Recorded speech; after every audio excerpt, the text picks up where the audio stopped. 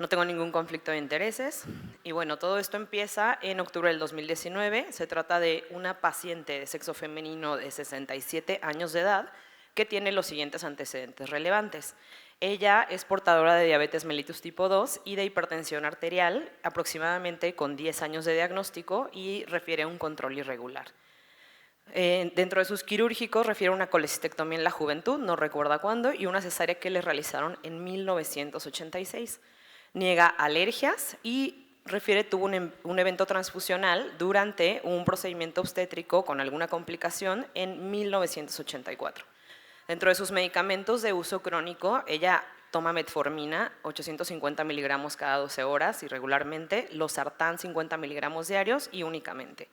Refiere un etilismo positivo a razón de 1 o 2 cervezas de manera solo ocasional, realmente muy leve, y tiene gesta 3, para 2 y una cesárea. La paciente acude a solicitar atención médica por referir 6 meses de evolución con pirosis frecuente, sobre todo nocturna, plenitud postprandial temprana y distensión abdominal. Además refiere casi 1 año con astenia, dinamia, hiporexia, síntomas vagos, pérdida de peso no intencionada de 5 kilos, aunque también ella refiere que la asocia a cambios en la alimentación por su sintomatología digestiva, y un médico general le solicita estudios de rutina e inicia un IBP. Bueno, dentro de sus laboratorios vemos unos leucocitos de 7.8, neutrófilos de 3.19, una hemoglobina pues normal, plaquetas de 198,000, y destaca aquí que tiene una elevación de las transaminasas con una AST de 56 y una ALT de 72. Una bilirrubina total de 1.1, el INR normal también, la albúmina, bueno, límite normal bajo 3.6, GGT y fosfatasa dentro de lo normal. Su glucosa en 135, recordamos la paciente es diabética, no tiene como muy buen control, pero en realidad esto está dentro de lo que cabe, pues más o menos. Una urea en 24, una creatinina en 0.29, el colesterol en 154 y triglicéridos de 130, y unos electrolitos séricos dentro de lo normal. Le realizan también un ultrasonido de hígado y vías biliares, que lo único que reporta como hallazgo es una esteatosis geográfica. Un vaso de 12.5 centímetros en su eje longitudinal y una porta de 12 milímetros, la vesícula biliar ausente por su antecedente quirúrgico que ya mencionamos, y el médico tratante, al ver sus resultados de las transaminasas, a pesar de ser un médico general que luego ahí por ahí les dicen de que está bien poquito elevado, no pasa nada, ¿no? No hay que hacer nada, seguro solo es el hígado graso. Le solicita un panel viral y la paciente acude a valoración con nosotros con estos resultados, y la paciente se encuentra muy preocupada porque el médico general le dijo que tiene hepatitis C y B. A la exploración física destaca pues un IMC de 30.4, un peso de 74 kilos y una talla de 1.56, su TEA un poquito elevada, 140/90, el resto de sus signos vitales dentro de lo normal, y la paciente, pues la exploración física prácticamente es normal. Un poquito de panículo adiposo en el abdomen, o sea, sí tiene algo de obesidad, pero el resto la verdad es que es irrelevantes. Y bueno, la primera pregunta para comenzar a introducir los temas a seguir es ¿cómo interpretaríamos los resultados de esta serología? Si podemos nosotros comentar. Bueno, primero, pues es un caso muy interesante y es un caso que podemos ver en la consulta frecuentemente. Antes de decir rápidamente lo de la serología, me llama la atención los antecedentes que tiene la paciente. Es una paciente transfundida y es una paciente con factores de riesgo para tener esteatosis hepática como la diabetes y la hipertensión. Con el antecedente de la transfusión es importante pues hacer la determinación con un anticuerpo para virus de hepatitis C. Y bueno, pues en este caso de una vez también es importante pedir virus de hepatitis B y buscar también la presencia de esteatosis hepática, que la tenemos por el ultrasonido. Y el panel, podemos ver que tiene aquí positivo el anticuerpo para virus de hepatitis C. Aquí debemos de descartar si tiene finalmente hepatitis C o no, confirmando el diagnóstico con una carga viral. Y el virus de hepatitis B, antiantígeno de superficie, pues es un anticuerpo que nos está diciendo que seguramente está vacunada. Sí, muchas gracias. Oye, Entonces, esto es algo… Perdón, decías tú de las comorbilidades que tiene ahí, pero pues es el alcohol ese que toma ni una dama catequista, yo creo, ¿no? Menos que su médico seguro. Sobre todo Sí. es la diabetes y la hipertensión, pero el alcohol yo no dije nada. No, y aparte Sí, el pues. índice de masa de 30, ¿no? O sea, tiene Exacto. muchos factores, ¿no? Para tener… Muy bien. Entonces, pues bueno, esto es algo que creo que nos ha pasado a todos en la consulta. Alguien le pide una serología al paciente, le sale esto. A mí me ha llegado varios pacientes en la consulta que le piden serologías y que pues por alguna razón les hacen la serología completa, no solo el anti-VHC y el antígeno de superficie de hepatitis B, sino toda la serología de hepatitis B, y los pacientes llegan pues pensando también que tienen hepatitis B, ¿no? Entonces es por eso muy importante pues saber interpretar el panel viral, sobre todo hepatitis B, que es como el más complejo. La segunda pregunta sería, ¿qué es o a qué nos referimos con una estrategia de microeliminación para hepatitis C?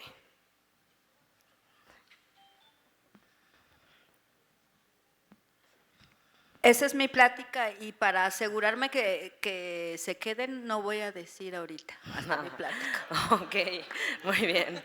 Pues bueno, en esta paciente, a pesar de que hubiera tenido, por ejemplo, las transaminasas elevadas, a esta paciente se le pidieron estos estudios porque detectaron una elevación de las transaminasas, pero como ya bien lo mencionó la doctora, pues esta paciente cabe en un grupo de riesgo, y ese grupo de riesgo es desde de entrada su grupo etario y además identificar el hecho de que ella tuvo una transfusión. Y bueno, la doctora nos va a hablar ya de eso, pero esta es parte de las estrategias de microeliminación.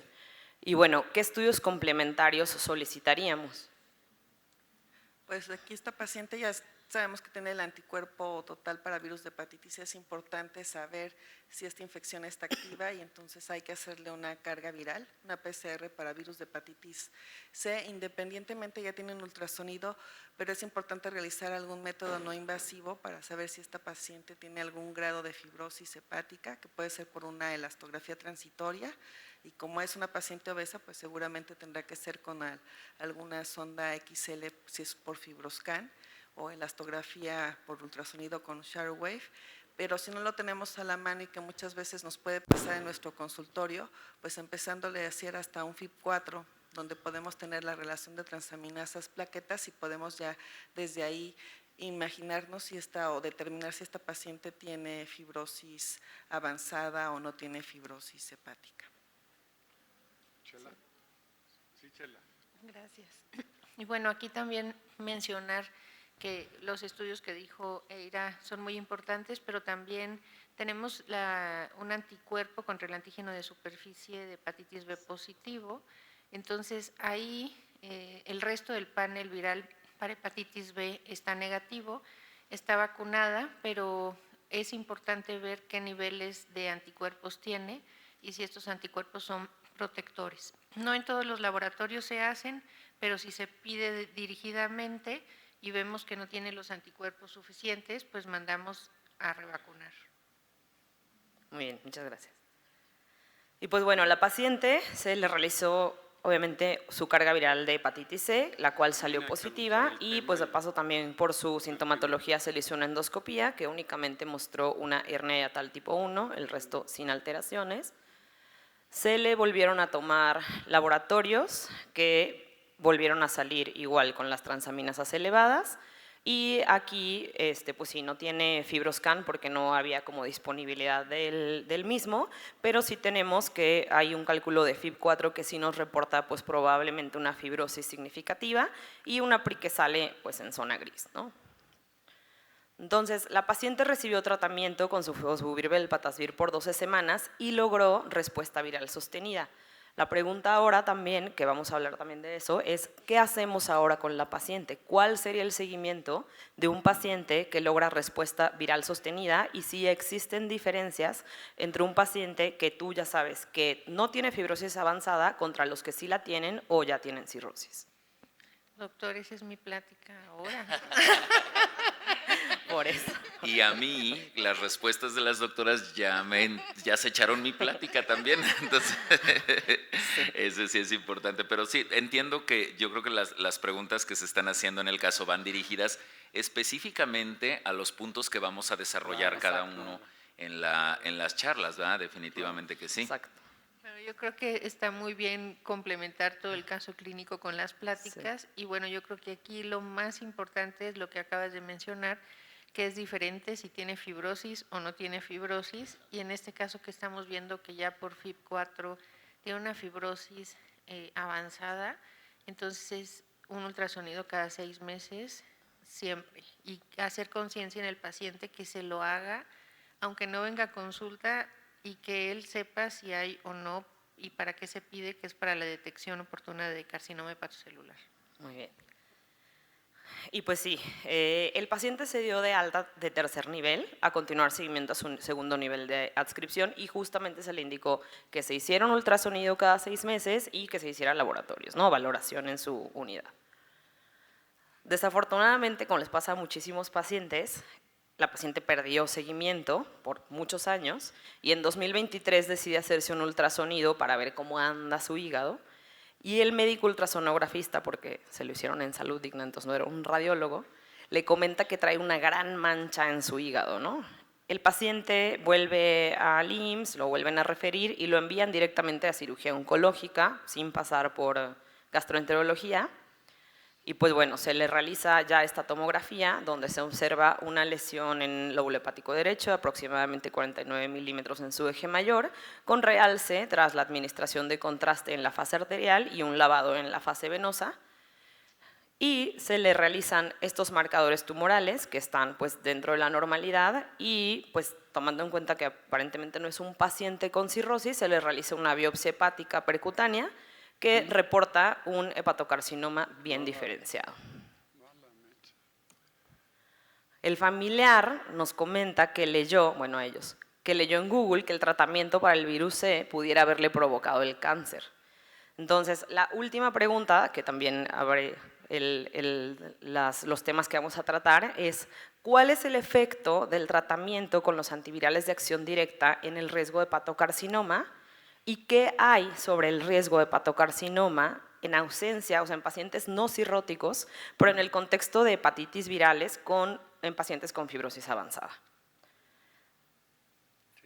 Bueno, antes de esto, mencionar que el diagnóstico de carcinoma hepatocelular se hace si un estudio, en este caso la tomografía, dio las características clásicas, que es este reforzamiento en fase arterial y después en el lavado venoso.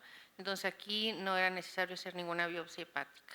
El diagnóstico ya estaba hecho por imagen y es a veces algo que nos encontramos que piden la biopsia hepática forzosamente cuando ya está hecho el diagnóstico. Y aquí desafortunadamente se perdió el paciente, por eso es como que recomendar mucho al paciente que se tenga que hacer ultrasonido, venga a consulta contigo o no, o sea de algún estado de la República, pero que se haga el ultrasonido. Y entonces, en este caso, afortunadamente se detectó y está todavía en criterios de Milán para poder dar un tratamiento ahí por radiointervención. Y ahora sí paso a la plática de Eira.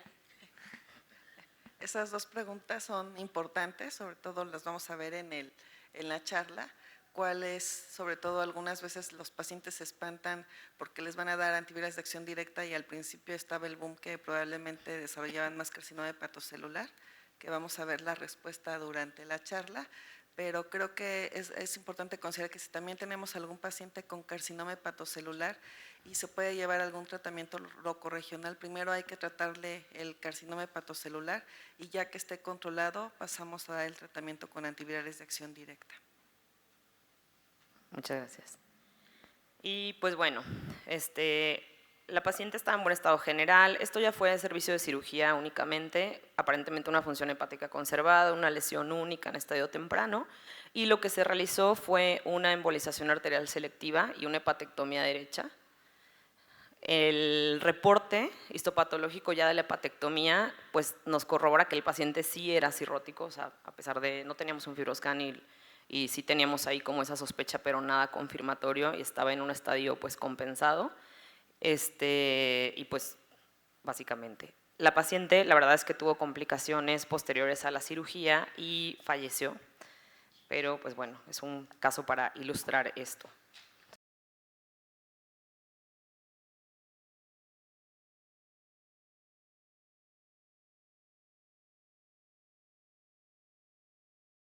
¿Y por qué es importante? Pues porque ya vimos lo que sucedió aquí, ¿no? Entonces, de inicio, la paciente pues estaba mal diagnosticada por una interpretación errónea de estos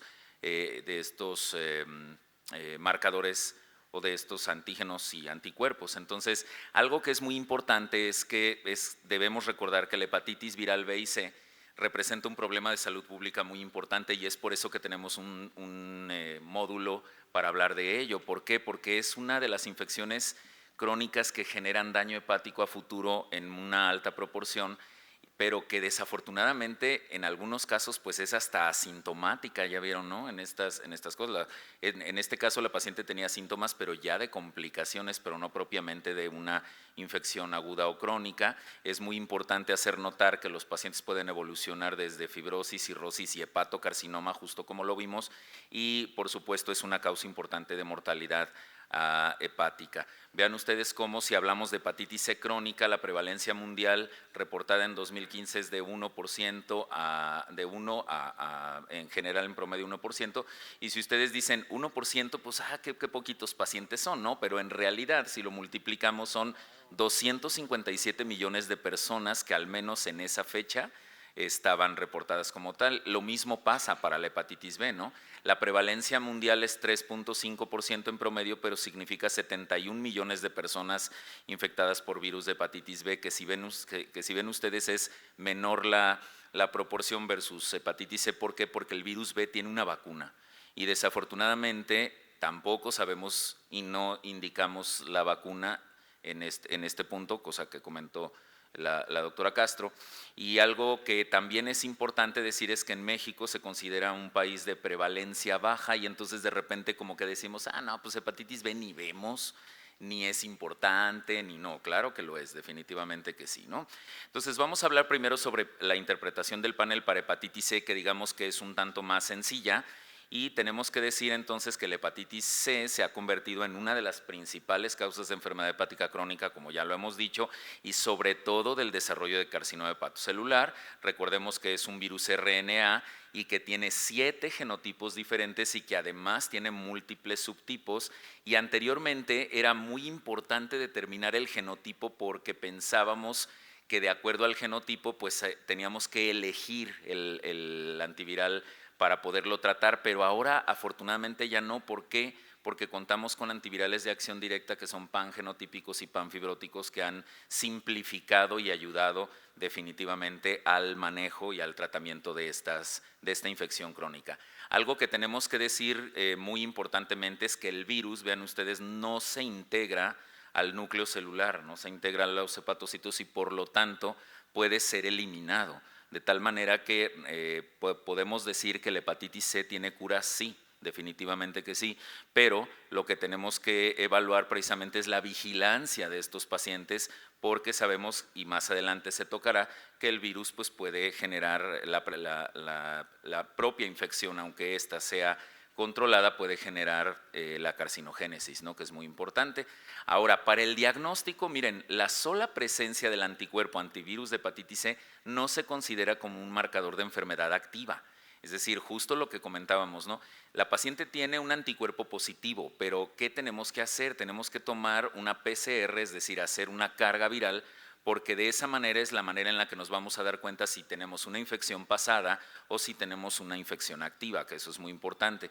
¿Y por qué es importante? Porque el 15% de los pacientes con infección aguda logran eliminar espontáneamente el virus, pero pues el resto de los pacientes pueden generar hepatitis crónica, fibrosis, cirrosis y hepatocarcinoma. Pero vean, esto es súper importante, la exposición previa del virus de la hepatitis C con persistencia de los anticuerpos no confiere inmunidad. Entonces eso es algo muy importante, por lo que se puede presentar una reinfección activa en aquellos pacientes que siguen teniendo actividad de riesgo. Y ese es el problema, que de repente confundíamos de que, mira, le di tratamiento al paciente, pero no respondió, y resulta que ese paciente sí había respondido, pero se reinfectó con otro genotipo. Entonces eso es muy importante en ese punto, de tal manera que recuerden siempre, si el paciente tiene un anticuerpo positivo, definitivamente tenemos que hacer una PCR. ¿Y en quién tenemos que buscar este riesgo? Pues en personas con enfermedad hepática crónica, cirrosis, como en este caso, mujeres embarazadas, pacientes que van a iniciar terapia inmunosupresora, como lo dijimos ayer, y la población de alto riesgo, que esta es la población que consideramos población de alto riesgo, que son grupos de pacientes muy específicos que ven ustedes, y es ahí justo en donde el target es buscar para la eliminación y la microeliminación, buscar estos grupos específicos de alto riesgo. Entonces, si nosotros hacemos una prueba de escrutinio y tenemos un anticuerpo para virus C negativo, pues ahí acabamos, ¿no? ¿Por qué? Porque ese paciente pues no tiene hepatitis C. Pero si lo tenemos positivo no nos podemos quedar ahí. Y entonces, ¿qué tenemos que hacer? Pues hacer una carga viral por PCR del RNA del virus, y si es negativa, pues ahí nos quedamos nuevamente.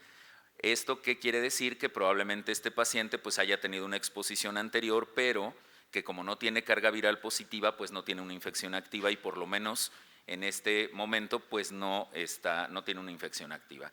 Pero si el paciente tiene una carga viral positiva, pues ahí lo que tenemos que hacer es evaluar la fibrosis, ya sea por métodos no invasivos o por métodos de imagen, por ejemplo, la elastografía de transición, y ahí valorar el uso de terapia antiviral directa, que como ustedes ven aquí son terapias pangenotípicas y panfibróticas, y los dos esquemas de tratamiento que más éxito, por supuesto, han tenido y que tienen un porcentaje de respuesta viral sostenida del 99%, pues es la combinación de belpatasvir con sofosbuvir y de glecaprevir con pibrentasvir, que está medio trabalenguas ahí.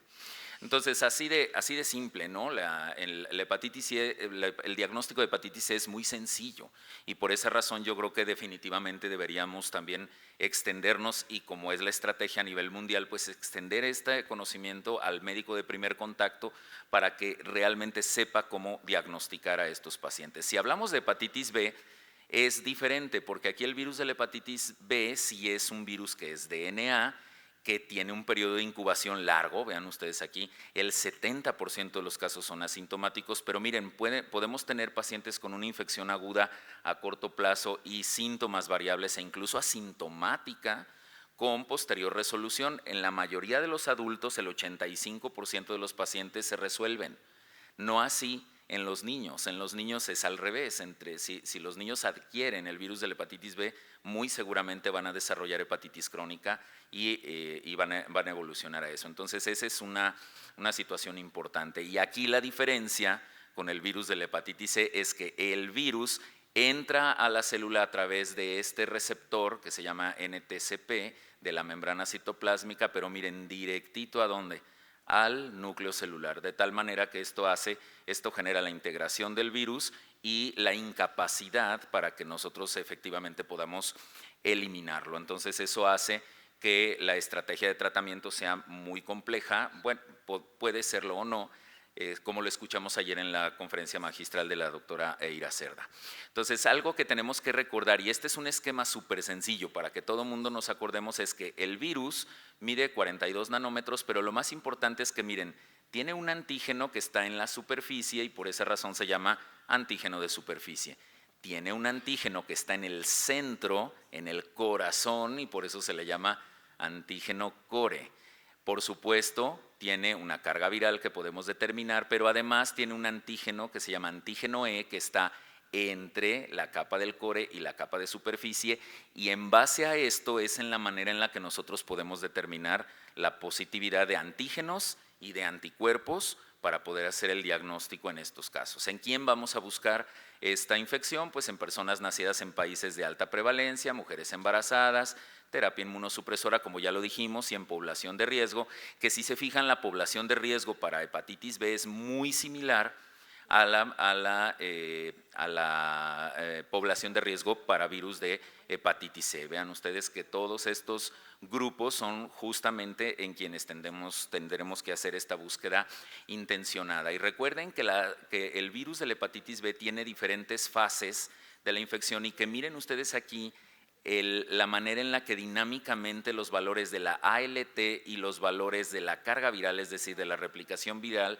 van a modificar y van a guiarnos a nosotros para saber si nuestro paciente está en una fase de tolerancia inmunológica, si está inmunoactivo, si tiene o no este tipo de variaciones, si está en un control inmunológico o si está en una fase residual. Lo que nos va a ayudar mucho son las transaminasas y el DNA, pero ¿qué nos ayuda más todavía en ese punto? Pues la determinación del antígeno de superficie, antígeno E y el anticuerpo antiantígeno E.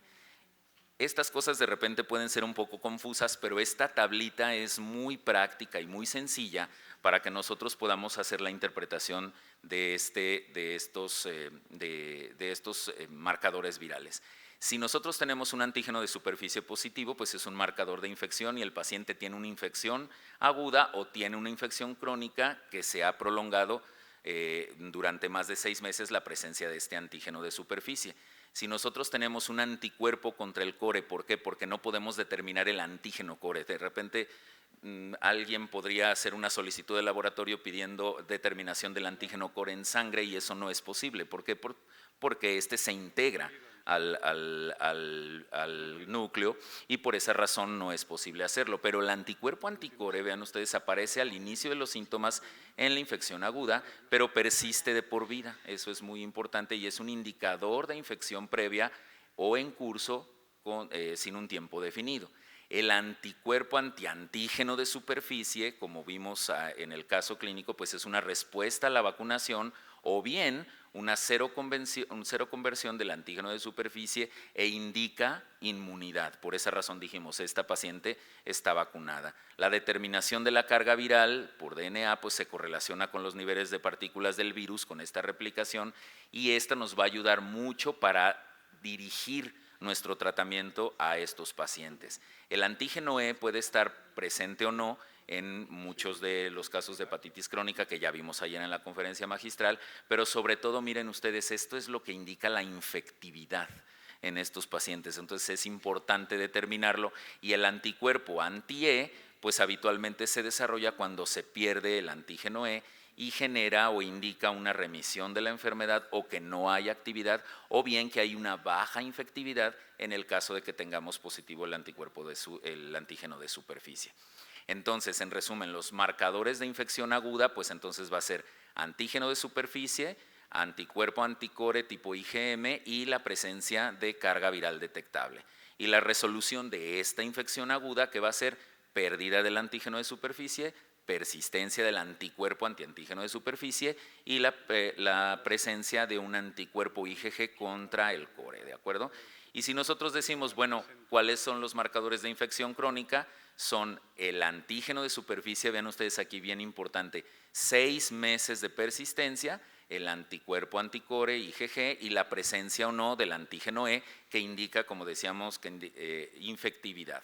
Algo que tenemos que considerar especialmente es que en algunos pacientes que tienen antígeno de superficie positivo y de repente también nos aparece el anticuerpo antiantígeno de superficie, pues hay que, pueden no detectarse en los primeros 6 meses, porque decíamos que tenía este periodo de incubación y en estos casos el diagnóstico para infección aguda se va a determinar a través del anticuerpo IgM, como es en general en las infecciones virales.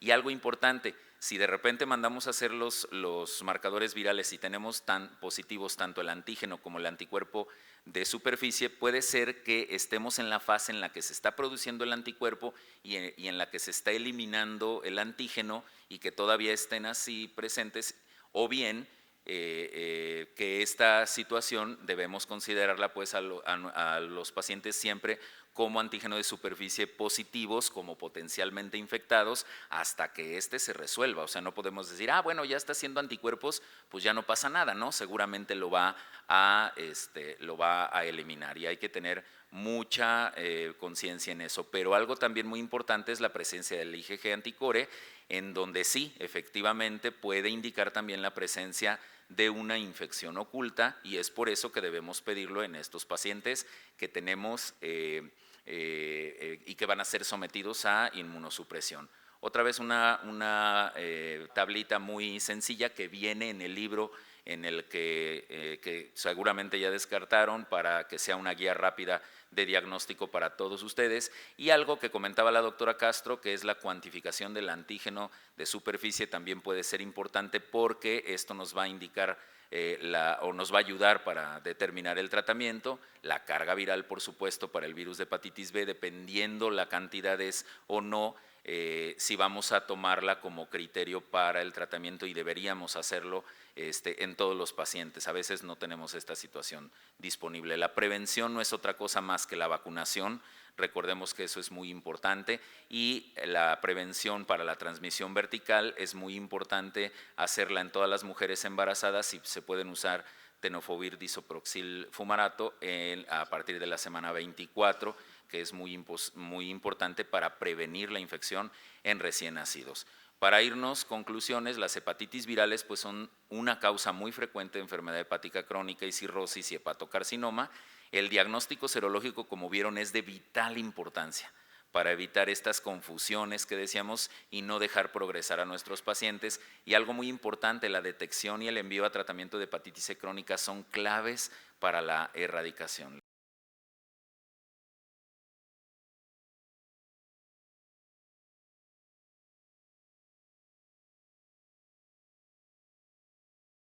Y comentarles que desde hace prácticamente ya 3 décadas estamos frente a este problema de hepatitis C. Desde aproximadamente en la década de los 80 que se conocía, y seguramente muchos de ustedes diagnosticaron hepatitis no A, no B, hasta que se determinó que era otro virus y se le consignó el nombre y la determinación de hepatitis por virus C, hasta ahora que tenemos una indicación de eliminar mundialmente esta patología.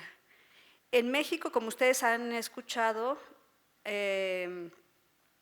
tenemos una prevalencia baja si comparamos con otras partes del mundo. Afortunadamente, a través ya del trabajo de todos ustedes y del gobierno, se está disminuyendo. Quizá nos falte emitir más informes sobre este trabajo, pero se conoce que de acuerdo a algunos grupos, algunos tienen una prevalencia menor o mayor, y no todos tienen viremia efectivamente. Sin embargo, todavía representa un problema significativo en nuestro país, tanto como para seguir evaluando a los pacientes para diagnosticarlos y llevarlos al tratamiento, que esta es la importancia. Estos retos en México, pues desde luego, como somos un país que tiene fragmentado su sistema de salud, encontramos que es difícil, hasta un 65%, en que podamos nosotros tener acceso a veces a un sistema de salud o una atención médica. El diagnóstico, por tanto, puede disminuir, y lo que buscamos es que sea precoz y que lleve o que esté ligado al tratamiento. Tenemos, como en este curso lo estamos haciendo, la formación y concientización de todos nosotros para el diagnóstico, pero un enfoque principal es para nuestros médicos familiares y nuestros médicos generales, porque hoy en día ellos también ya pueden tratar, no solo porque desconocían que hubiera el tratamiento o esta patología. Anteriormente solo era como un privilegio de hospitales de tercer nivel tener los medicamentos, por si el costo, por si cómo estudiar al paciente. Y como ya mostró el doctor, Nicolás, esta patología a través de muchos años sí nos puede llevar a problemas como cirrosis, complicaciones de la misma, y si no tenemos intervenciones puede ser que desarrolle hepatocarcinoma o que finalmente la muerte. Y aunque en promedio puede ser de 10 a 20 años estas complicaciones, hay algunos, como en el caso que nos mostró la doctora López Mata, tiene probablemente un daño dual, que puede ser o estos problemas metabólicos o por alcohol en México. Los problemas duales de las etiologías son más frecuentes quizá de lo que pensamos y cada factor le está dando mayor problema o fibrosando el hígado y puede ser menor entonces esto. Se sabe que entonces la hepatitis es una enfermedad prevenible y curable, sobre todo en base a lo que ya se ha mostrado. Se sabe también que a través de que se elimine el virus en la persona, en el paciente, va a tener entonces una menor probabilidad por esta causa de tener o avanzar a un mayor problema, una cirrosis descompensada, un problema relacionado que le dé o que presente un hepatocarcinoma. Para ello, efectivamente, la eliminación de la hepatitis C en México es posible, es altamente probable, siempre y cuando también empleemos los recursos y las herramientas necesarias para ello. La simplificación del tratamiento es una de ellas. Como mencionó Nicolás, ya no se necesita hacer genotipo, ya no necesitamos hacer grandes estudios, simplemente es determinar que el paciente tiene carga viral, evaluar su función hepática, tener en cuenta el problema concomitante o sus comorbilidades, medicamentos que puedan interaccionar con el tratamiento y presencia de otros virus como de hepatitis B o VIH. Y tan sencillo como esto. Hablaré de mi experiencia en el IMSS porque a veces efectivamente es el instituto que mayor posibilidad puede dar ahorita de tratamiento, pero no es el único. En México todo mundo puede acceder al tratamiento, tenga o no tenga una institución incluso que le pueda dar el tratamiento. Otra forma, y gracias a que tenemos un plan nacional de eliminación en México, es que tenemos este acceso para el tratamiento de los pacientes. Sí tenemos que tamizar y encontrar a los pacientes hoy en día, puesto como se ha mencionado, no hay un dato, no hay un síntoma a veces específico. Para ese tamizaje es que esta estrategia de microeliminación entonces tiene su sitio, como mencionó también Nicolás, desde la prueba por punción, las pruebas rápidas que son en 20 minutos ya tenemos el resultado, o una prueba serológica que también es bastante sencilla, podemos entonces determinar el anticuerpo y eso no significa que ya hemos terminado, no significa que efectivamente tenga la hepatitis. Lo tenemos que llevar a determinar la carga viral. Y esos pasos a veces en los institutos o en las instituciones, es que nos lleva 3 meses o 4 meses en el que se le pide, en que no está, en que lo envíe, pero no, etc., etc. Y eso tendríamos entre todos que ahorrar tiempo. Hay lugares en donde en el mismo sitio sale positivo los 20 minutos y debe de pasar a la carga viral. Lo demás es determinar la fibrosis que tiene el paciente, determinar si tiene cirrosis o no y establecemos tratamiento, tan sencillo como puede ser eso. Estas estrategias de microeliminación implican perseguir objetivos puntuales en poblaciones específicas. Así como lo nos mostró la doctora López Mata, entonces hay grupos que podemos enfocarnos para lograr esta eliminación y erradicación a través de dar tratamiento. Los tratamientos en cada grupo lo que harían a la población global es disminuir probablemente la carga viral circulante.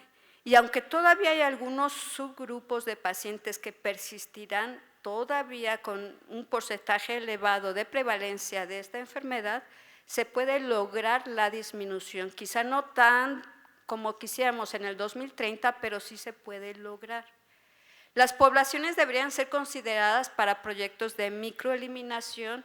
Las que tenemos enfocadas en este momento van desde comunidades indígenas, migrantes, personas que usan sustancias psicoactivas, personas privadas de la libertad, hombres que tienen sexo con hombres o otras poblaciones que pudieran estar usando sustancias como puede ser personas que modifican su cuerpo o a través de piercings o a través de cirugías en lugares donde no está o no tienen la suficiente higiene y limpieza, porque también pudiera ser ese un factor de riesgo. Por supuesto, coinfección con VIH y personas con enfermedad renal que están en diálisis, personas con problemas simplemente que ustedes detectan hepatopatía, en mujeres embarazadas, en personas que recibieron transfusiones antes del 96, parejas sexuales e hijos de personas que tienen hepatitis C, personas que han recibido alguna intervención médica, ojo, odontológica o estética, personas con tatuaje o piercing y personal del sector salud con riesgo laboral. Y aquí, al revés, me voy a detener. Nosotros, todos ustedes, todo el personal, tenemos factor de riesgo. Nosotros proclamamos porque cada uno de nosotros, una vez en la vida, nos hagamos esta prueba. Tengan cirugías, no nos hayan arreglado nada, sin ningún factor, proponemos que nos hagamos la prueba al menos una vez en la vida. Este sería entonces un buen escenario de microeliminación en personal del sector salud. Y aquí quiero traer a colación lo que la propia Asociación Mexicana de Gastroenterología junto con la de Hepatología en la época de la doctora Graciela Castro y el doctor Raña, que hicieron determinación de anticuerpo a través de prueba rápida en cada una de las reuniones que ellos trabajaron y que hicieron conjuntamente. Ese es un buen ejemplo de microeliminación. Ahora, ¿cómo podríamos entonces enfocar cada quien en su trabajo o en el lugar donde está practicando? Pues en los lugares de hemodiálisis, aquellos pacientes que tienen o que frecuentemente en hemodiálisis son una población candidata a esta detección por microeliminación y no se diga las mujeres con embarazo. Cualquier mujer debe de tener una determinación en el embarazo.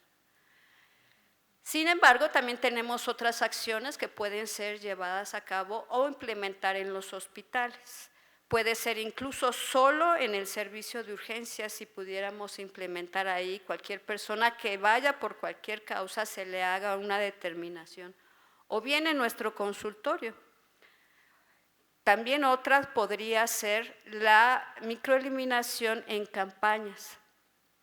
Aquí es importante saber que México lo ha trabajado desde hace mucho tiempo y que ha evolucionado, que hoy en día tenemos este programa que empezó pues prácticamente desde la identificación hasta que en 2017 pues las instituciones tuvieron ya acceso limitado inicialmente a los tratamientos, pero hoy en día todo se puede disponer del tratamiento y nuestro plan nacional contempla que debe de haber un acceso universal a las pruebas y al tratamiento, que se integre además todos los sistemas de salud y idealmente tener un registro unificado para saber y conocer la estadística en nuestro país, con enfoque, atención de salud, prevención, pero atención desde el primer nivel. No solamente los especialistas deban de dar tratamiento, también los médicos generales pueden dar tratamiento, los médicos familiares también. Y las estrategias focalizadas en grupos de riesgo, es cierto, y sin embargo, cada uno de nosotros me gustaría conocer que efectivamente todos levantemos la mano diciendo, alguna vez a mí ya me determinaron un anticuerpo contra hepatitis C. Como se mencionó, en México tenemos estos tratamientos que ya los anteriores ya no contamos, ya no hay Boceprevir, ya no hay Cimeprevir, contamos con los que mencionaron previamente.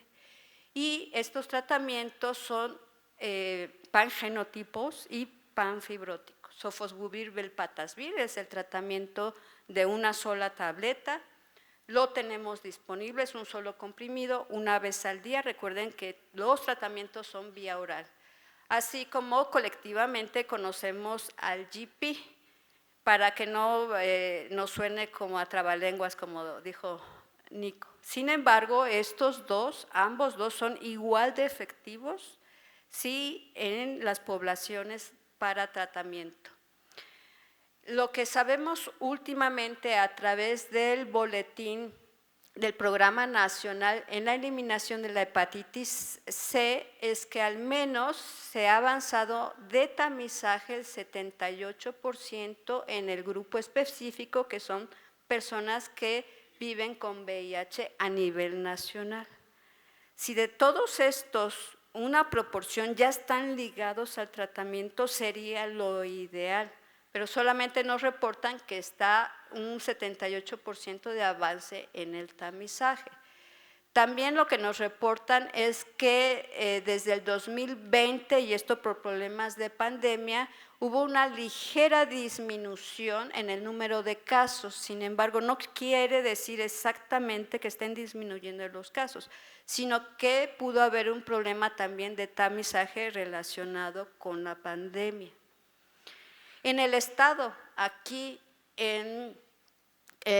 también otro ejemplo de microeliminación, también hay reportes de tamizaje a nivel de campañas, y esto al menos hay reportes que se pueden encontrar en línea de lo que está haciendo el estado de Guanajuato como un ejemplo de microeliminación o de macroeliminación cuando es a población abierta.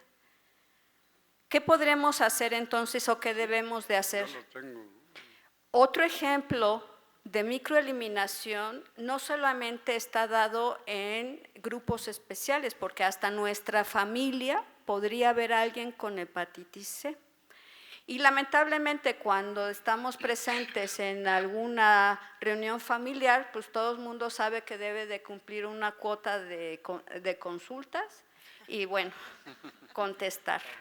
Pero aunque son datos inespecíficos, porque puede haber asintomático o algo tan vago como fatiga, sí es complicado, porque en la familia pues no vamos a estar haciendo una historia clínica, pero sí, por favor, alguien les dice, oye, ¿tú qué opinas? Me ofrecieron la prueba rápida en el centro comercial o fui a una reunión y allá afuera, sí. Por favor, todos una vez en la vida, sí, eso es lo que podemos hacer. O bien en la familia también, sí, recomendar o comentar cuando haya la oportunidad de que todas las enfermedades que se puedan prevenir, tenemos grupos de mujeres, específicamente patologías de cáncer, de diabetes, de hipertensión, agreguemos también esta.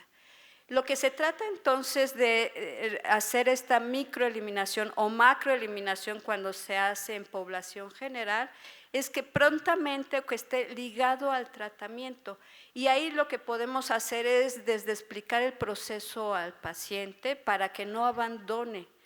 Lo que hemos observado en los bancos de sangre es cuando se detectan, aunque sí debo de decir que específicamente hombres, es que o les da temor, no dan su teléfono, no dan su lugar de contacto.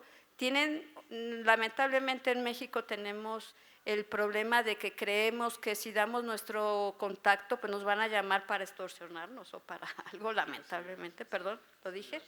Entonces, convencer de que si tiene carga viral debe de llevar tratamiento, tenga o no síntomas. Por lo tanto, tenemos que comentar con todo nuestro grupo o personal de atención, y en algunos casos tener una relación con los sistemas de abasto o de farmacia para estar en esta relación de tener el medicamento.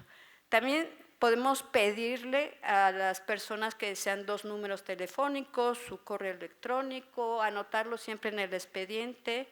Y otra estrategia es que se dé el tratamiento completo en una sola receta, para que si el paciente vaya o ya no sé, viaje o lo que tenga que hacer, no suspenda su tratamiento. Recordar que los tratamientos son de 2 o 3 semanas y que se tiene que hacer la carga viral desde que termina, pasado 12 semanas. Y esto es explicarle qué es lo que le va a pasar para que entienda el paciente y regrese. Finalmente, la eliminación de la hepatitis C se ha convertido en un objetivo al que aspiramos todos, no nada más los especialistas. La microeliminación de la infección es posible y se ha propuesto como una estrategia que sí es viable. Y finalmente, el reconocimiento a los retos de nuestro país, ya sea de estructura, de sistemas de salud, lo podemos hacer tan local como en nuestro consultorio, como en nuestra familia, como en nuestro hospital o por grupos de riesgo. Muchísimas gracias. Muchas gracias, doctora Moreno.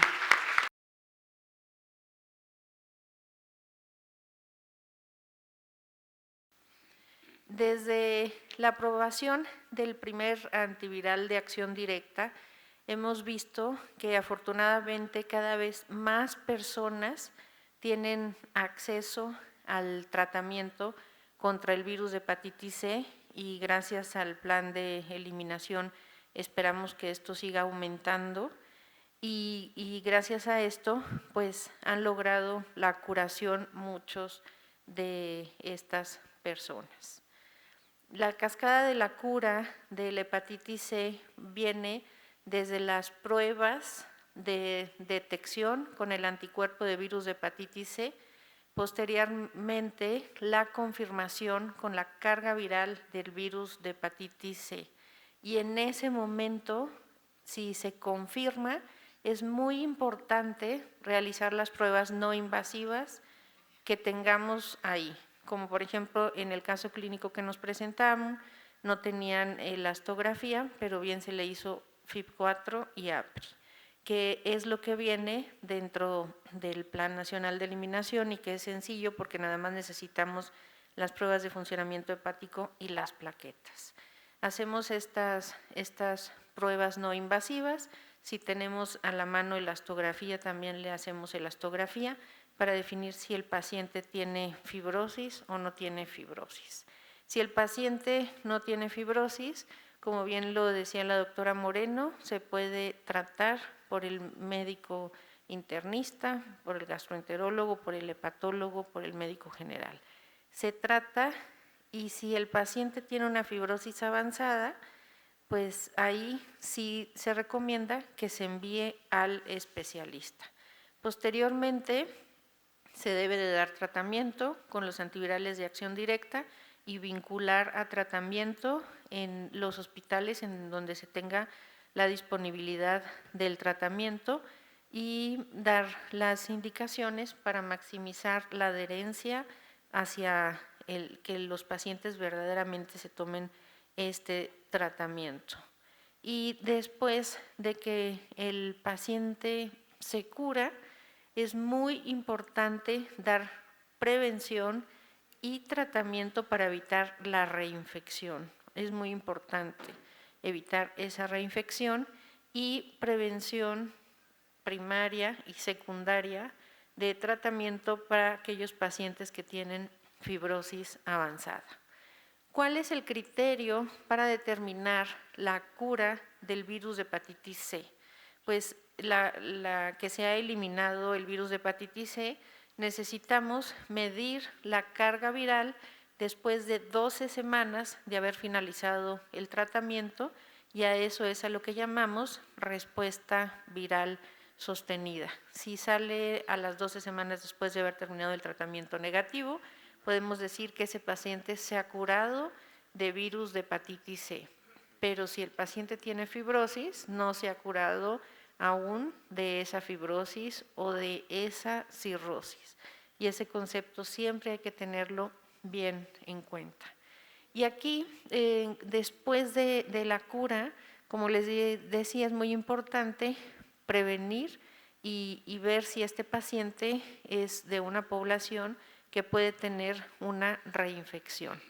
Los pacientes monoinfectados por el virus de hepatitis C, como por ejemplo nuestra paciente del caso clínico, que era monoinfectada por virus de hepatitis C, podemos decir que es de bajo riesgo de recurrencia por recaída cuando se ha curado por el virus de hepatitis C. Sin embargo, el 1% a los 5 años, tras la respuesta viral sostenida, puede tener a lo mejor esa recurrencia, pero es el 1%, que es muy bajo y es en pacientes monoinfectados. Entonces, no se recomienda realmente estar haciendo pruebas después de que los pacientes monoinfectados y sin factores de riesgo se han curado. Sin embargo, si tenemos pacientes que tienen un alto riesgo para que haya una recurrencia por reinfección, como por ejemplo usuarios de sustancias inyectables o de sustancias intranasales, personas privadas de la libertad, hombres que tienen sexo con hombre, por ahí es considerado como alto riesgo, ya que 11% pueden tener una recurrencia de la infección por reinfección. Los pacientes coinfectados con VIH, virus de hepatitis C, también son personas que tienen alto riesgo de recurrencia por reinfección, hasta el 15%. Entonces, siempre hay que dar estas recomendaciones para evitar la reinfección en todos los pacientes, pero hacer una recomendación más fuerte, más vigorosa en los pacientes que tienen alto riesgo de recurrencia. El riesgo de reinfección y la necesidad de pruebas seriadas en las personas que están monoinfectadas y que no tienen alto riesgo no se recomiendan. Sin embargo, en las personas que son usuarias de sustancias, ya que la reinfección es alta, sí se recomienda hacer una prueba de carga viral cada año para ver si estos pacientes no se han reinfectado. Y también en los pacientes hombres que tienen sexo con hombres, se recomienda hacer una carga viral cada año, y esto también tratar de que no pase la reinfección, siempre con prevención de riesgos y daños. Siempre se recomienda por ahí tener además personas que sean especialistas dentro de salud mental para que ayuden en este proceso, sobre todo en personas que son usuarias de sustancias. Ahora, decíamos que es muy importante determinar qué grado de fibrosis tienen estos pacientes, si tienen fibrosis o no, y esto es importante porque sí puede haber regresión de la fibrosis dependiendo el grado de fibrosis en que se encuentra. Y aquí podemos ver en este gráfico que si tenemos un paciente que se encuentra en F0 a F1, se le da tratamiento, generalmente va a tener una regresión de la fibrosis y va a quedar en F0. Si tiene un F2, un porcentaje de pacientes va a regresar hacia fibrosis 1 y otros hacia F0. Si tenemos F3, menos pacientes pueden tener esta regresión, y si tenemos F4, pues un porcentaje muy bajo de pacientes va a tener regresión de la fibrosis. Pero también es importante tener en cuenta que si tiene fibrosis 2 hacia 3 y 4, siempre deben de llevar estos pacientes un seguimiento para la detección oportuna de carcinoma hepatocelular. Y es que se ha visto que definitivamente la incidencia de carcinoma hepatocelular tiene que ver con este grado de fibrosis, y también tiene que ver de acuerdo a si este paciente tuvo una respuesta viral sostenida o no. Y como podemos ver en este gráfico, en estos dos gráficos, en el que se ve que los pacientes que no fueron tratados para el virus de hepatitis C van a tener más posibilidad de desarrollar carcinoma hepatocelular en comparación con aquellos que fueron tratados, y los que fueron tratados y tuvieron una respuesta viral sostenida tendrán la menor posibilidad de desarrollar carcinoma hepatocelular. Y como pueden ver en estos pacientes, la determinación de la fibrosis se llevó a cabo únicamente con el FIB4 que podemos calcular con nuestro celular únicamente con las pruebas de funcionamiento hepático y las plaquetas, y los que tienen más posibilidad de desarrollar carcinoma hepatocelular son los que tienen fibrosis grado 4 y a quienes no se les dio tratamiento, pero si se les dio tratamiento y respondieron, esa posibilidad disminuye mucho menos. Se han realizado diversos estudios al respecto. En este caso se revisaron 44 estudios y pues sí, en total fueron más de 100,000, fueron personas en donde fueron 107,000 años personas de seguimiento y se evaluó la incidencia de carcinoma hepatocelular después de la curación de pacientes, después de la curación de virus de hepatitis C en pacientes con fibrosis grado 3 o grado 4. Y las tasas de incidencia de carcinoma hepatocelular pues fueron que definitivamente el carcinoma hepatocelular fue de 2.1 por 100 años personas entre los pacientes con cirrosis y de 0.5 entre los pacientes con fibrosis 3. Entonces, nuevamente nos damos cuenta que los que tienen una fibrosis avanzada desarrollarán más carcinoma hepatocelular y se deben de seguir y se debe de recomendar desde donde estemos que se hagan ese estudio de ultrasonido cada 6 meses para evitarlo, para la detección oportuna de este carcinoma hepatocelular. También se ha visto que en los pacientes que ya tienen cirrosis hepática y se tratan, si estos pacientes se curan, también la posibilidad de que desarrollen una descompensación disminuye. Y en los pacientes que tienen una cirrosis hepática avanzada ya compensada, si se tratan, la posibilidad de desarrollar carcinoma hepatocelular también es menor. Y se han estudiado diferentes variables que nos puedan orientar hacia un paciente va a desarrollar carcinoma hepatocelular o no. Y por ejemplo, los podemos estratificar y midiendo a estos pacientes alfa-fetoproteína y se les da determinado número de puntos. Si esta alfa-fetoproteína es alta, en este caso más de 4.6, se le da 3 puntos. Si estos pacientes tienen una edad mayor de 50 años, se le da 2 puntos. Si la elastografía de transición es mayor de 19 kilopascales, 1 punto. Si la albúmina es menor de 4.2, 1 punto. Y en este caso se toma en cuenta si el paciente toma o no alcohol, y si toma más de 20 o 30 gramos de alcohol, también se le dan 2 puntos. Y se va a considerar un paciente de bajo riesgo si se tiene de 0 a 3 puntos, o de alto riesgo si se tiene más de 4 puntos. Entonces también podemos estratificar de esta manera e influir mayormente en el seguimiento de un paciente con alto riesgo que definitivamente tiene mayor posibilidad de desarrollar carcinoma hepatocelular que uno de bajo riesgo. La otra cosa que es muy importante tener en cuenta es que debemos de ver la salud hepática de una manera integral.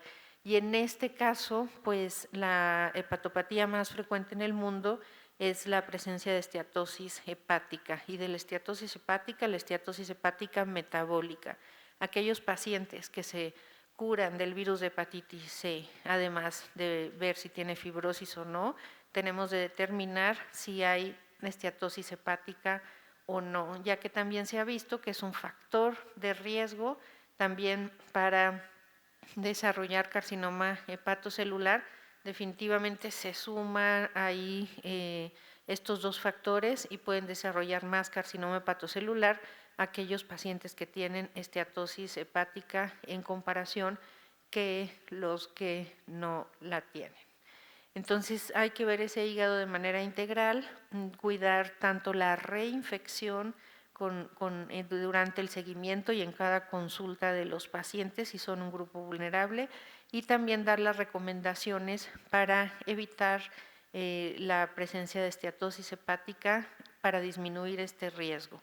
Las recomendaciones de seguimiento posterior al tratamiento, entonces, es que debemos de optimizar el perfil metabólico para evitar el desarrollo de esteatosis hepática, y si tiene factores de riesgo también, como se comentaba en el caso clínico de nuestra paciente, es un buen control de la diabetes, ya que también cuando hay descontrol de la misma, hay más posibilidades de desarrollar pues progresión de la enfermedad hepática. Evitar el uso de fármacos hepatotóxicos también es muy importante. Evitar el consumo de alcohol y evitar repetir las pruebas de carga viral de virus de hepatitis C, a menos de que el paciente sea de alto riesgo. Pacientes que tienen riesgo de reinfección, como los grupos que mencionamos, hay que realizar al menos una prueba anual con una carga viral y también dar estas recomendaciones de reducción de riesgos y daños para evitar la reinfección. En los pacientes que tienen una fibrosis avanzada, F3 y F4, hay que realizar un ultrasonido abdominal cada 6 meses, pueden pedir o no alfa-fetoproteína cada 6 meses, si se hace un buen ultrasonido con eso es suficiente, y también en los pacientes que tienen esta cirrosis hepática compensada hay que hacer la evaluación en cada consulta con una bioquímica hepática y medición también de el MEL para ver en qué momento el paciente puede tener alguna descompensación y tomar en cuenta que puede ser para candidato para trasplante hepático. Si el paciente ya tiene cirrosis hepática, debemos de hacer un tamizaje con endoscopía gastrointestinal para descartar la presencia de varices esofágicas y en qué momento debemos de dar tratamiento profiláctico. Y realizar también la evaluación para detectar de manera oportuna alguna descompensación hepática. Los pacientes con cirrosis hepática y respuesta viral sostenida, resumiendo nuevamente el tamizaje con ultrasonido cada 6 meses, y si tiene una cirrosis hepática compensada, pues haremos tamizaje de varices esofágicas, y en el caso de cirrosis hepática descompensada, con un dato de descompensación hay que pensar en que puede ser un candidato para trasplante hepático. Y bueno, en el caso clínico que nos mencionaron, pues tenía un carcinoma hepatocelular de 5 centímetros y este paciente nos comentaban que entró a cirugía y desafortunadamente no le fue bien. Era un paciente con un carcinoma hepatocelular de 5 centímetros, estaba en ese momento pues se podía dar tratamiento radioablación como se hizo, pero aquí hubiera sido importante ver si este factor tenía hipertensión portal significativa o no, porque tal vez la hepatectomía no era lo indicado, aunque nos decían que estaba en BCLC-A, no sabemos realmente si era para esta hepatectomía o tendríamos que considerar también para trasplante hepático. Concluimos entonces que el seguimiento y la prevención después de la curación, tomando en cuenta los factores de riesgo, son muy importantes y los objetivos son dobles para prevenir la reinfección y prevenir y tratar las complicaciones de la enfermedad hepática.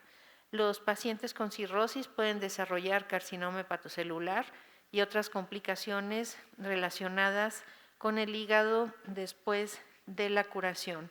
Y las recomendaciones siempre de prevención de salud hepática integral.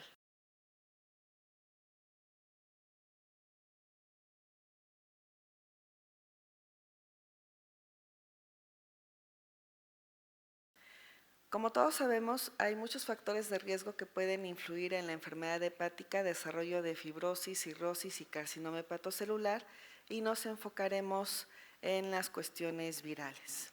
De forma general, se conoce que hay una predisposición genética en todo, sobre todo las cuestiones virales, pero que también pueden influir el microambiente celular, también las cuestiones inmunes que hay en cada uno de los individuos, y que esto de forma sinérgica va a condicionar que haya carcinogénesis en el hígado.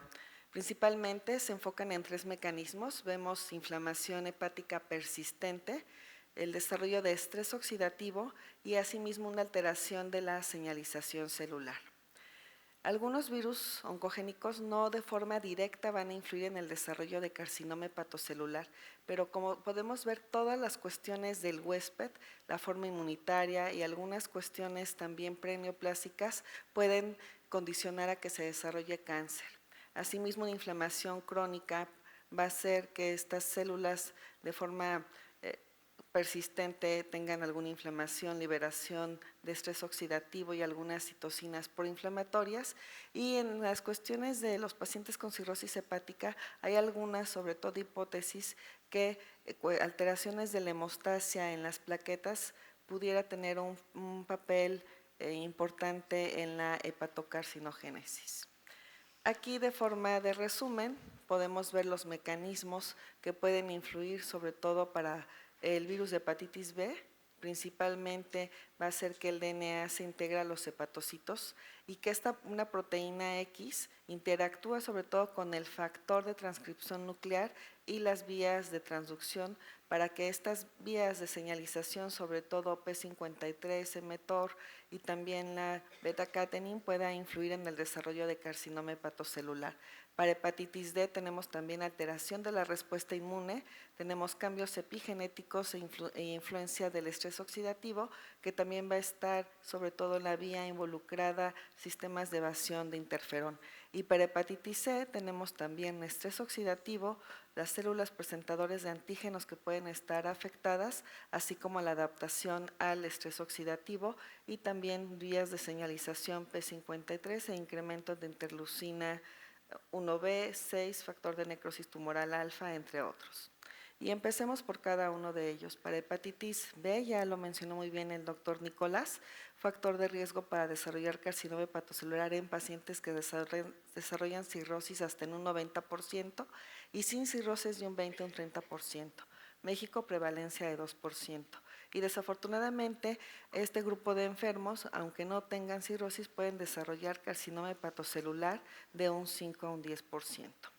Tenemos dentro del ciclo de vida del virus de hepatitis B que pueden influir sobre todo la forma de la transcripción a nivel sobre todo del núcleo del hepatocito, en donde podemos ver que desafortunadamente este virus va a tener alteraciones genéticas, reactivación de la telomerasa y sobre todo cuestiones de epigenética que van a tener una modificación y con eso causar carcinogénesis y desarrollo de carcinoma hepatocelular.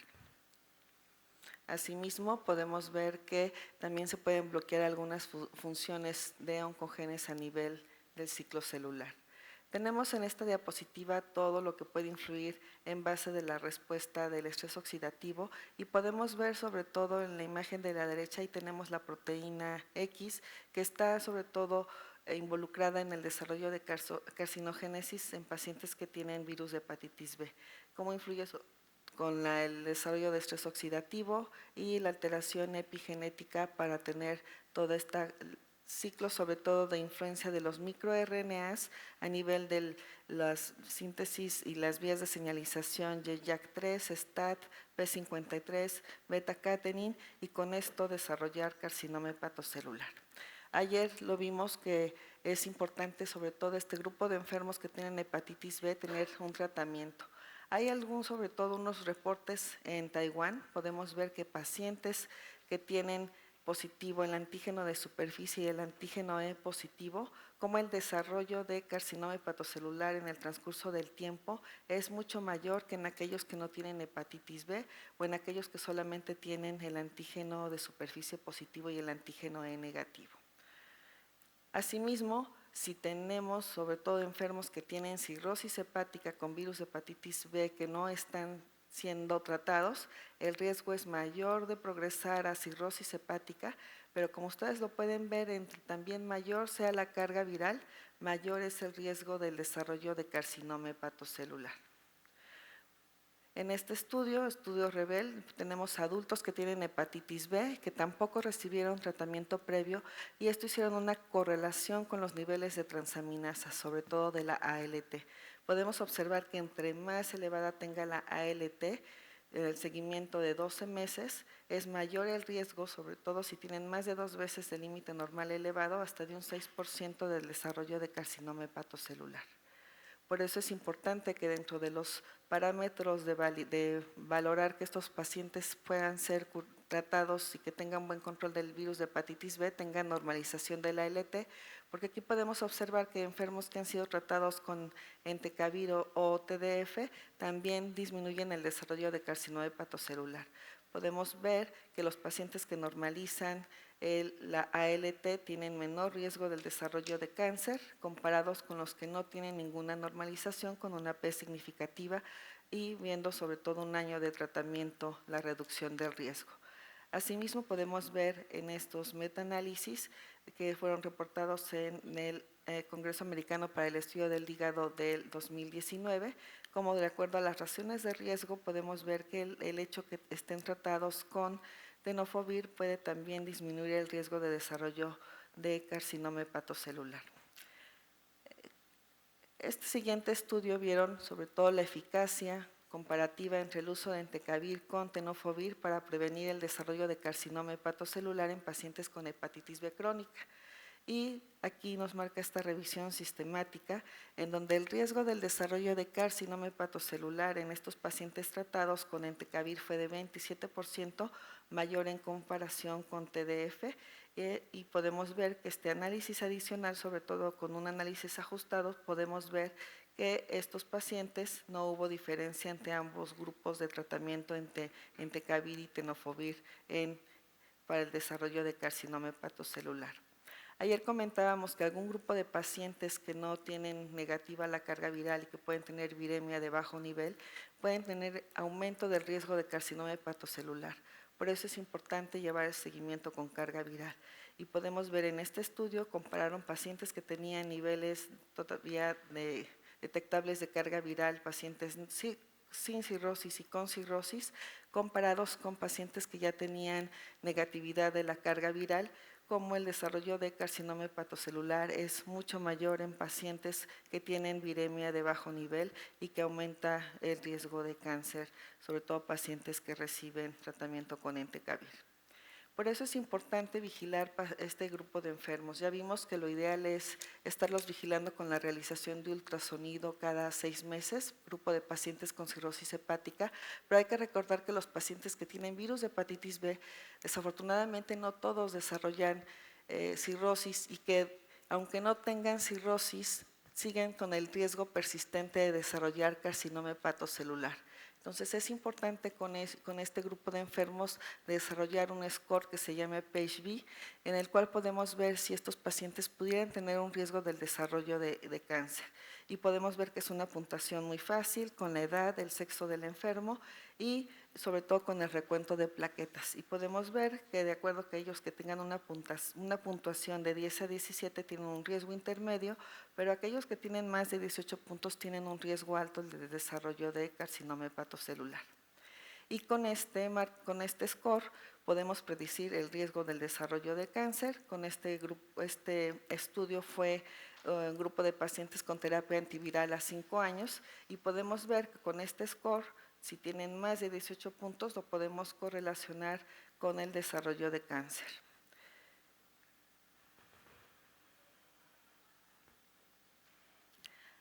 Hay otro score que se llama PHB, que es igual a edad, sexo, plaquetas y niveles de albúmina, y con ellos podemos ver también el desarrollo de riesgo de carcinoma hepatocelular.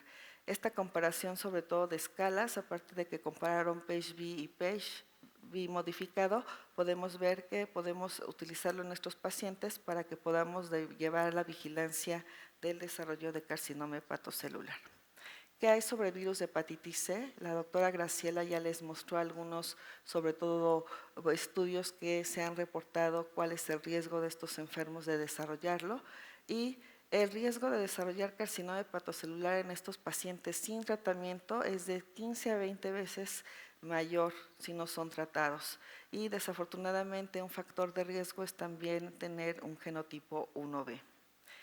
¿Pero qué hay? ¿Por qué es importante conocer el virus de hepatitis C? Tenemos que tiene una proteína C. Esta proteína C es un factor central de transformación celular y que su expresión va a aumentar la proliferación celular, síntesis de ADN, apoptosis, progresión del ciclo celular y que esto va a llegar a esta transformación celular, desarrollo de fibrosis y de carcinoma hepatocelular y que sobre todo esta proteína C, forma parte también del gen central del virus de hepatitis C, que es más común en el genotipo 1B y que también existen algunos polimorfismos relacionados con el desarrollo de la hepatocarcinogénesis. Tenemos aquí un dibujo en el cual podemos ver la progresión a cirrosis y fibrosis y carcinoma hepatocelular, en donde podemos ver las proteínas estructurales y las no estructurales que van a también tener una función importante y directa y de forma indirecta para el estrés oxidativo, la proliferación, apoptosis, asimismo tener un desequilibrio en el metabolismo lipídico, el desarrollo de carcinoma hepatocelular y de angiogénesis. Pero ¿qué pasa si estos pacientes ya los tratamos con estos antivirales de acción directa y ya tenemos una respuesta virológica sostenida, si tenemos una reducción significativa en el riesgo de carcinoma hepatocelular? Hay que considerar este grupo de pacientes si previo a esto tenía fibrosis avanzada o no, porque de eso también va a depender del riesgo de que ya después que hayan sido curados y que lo mencionó muy bien la doctora Graciela, si son pacientes con fibrosis avanzada, si un F3 o ya son cirróticos, el riesgo sí puede disminuir a que aparezcan a lo mejor algunas complicaciones de cirrosis, pero si son pacientes que tenemos que llevar el seguimiento con ultrasonido cada 6 meses porque el factor de riesgo pues, puede persistir de que desarrollen carcinoma hepatocelular. Pero algunas veces en la consulta externa podemos tener pacientes que ya tienen carcinoma hepatocelular y que tienen virus de hepatitis C. ¿Qué hacer con ellos? Lo ideal es siempre dar tratamiento para el cáncer hepático de acuerdo al BCLC, ver si necesitan terapia locorregional, necesitan a lo mejor trasplante o necesitan alguna terapia sistémica y con eso decidir de acuerdo a la sobrevida a 6 meses que tengan, si realmente necesitan después de que se controle el cáncer iniciar con un antiviral de acción directa. ¿Por qué? Porque muchas veces tenemos estos metaanálisis del grupo de María Reich, en donde analizaron 977 pacientes que eran de 21 estudios que ya tenían cáncer hepático, que tenían virus de hepatitis C y que ya tenían una respuesta radiológica completa y que tratamientos quirúrgicos o regionales y que recibieron después de ello antivirales de acción directa. Si se dan cuenta, ellos midieron el riesgo de recurrencia o muerte con estos tratamientos y lo compararon con un grupo que no recibió antivirales de acción directa. Ellos compararon ambos grupos y vieron que no había diferencias significativas entre ambos grupos para desarrollo de carcinoma hepatocelular y que realmente ellos comentan que lo que se tiene que hacer son estudios más, sobre todo prospectivos y aleatorizados para poder saber si realmente estos pacientes pudieran tener un factor de riesgo más elevado de desarrollo o de progresión o que vuelvan a tener recidiva del carcinoma hepatocelular. Aún así, por eso es importante llevar un seguimiento muy estricto con imágenes en estos pacientes que ya fueron tratados de carcinoma hepatocelular y que les damos antivirales de acción directa.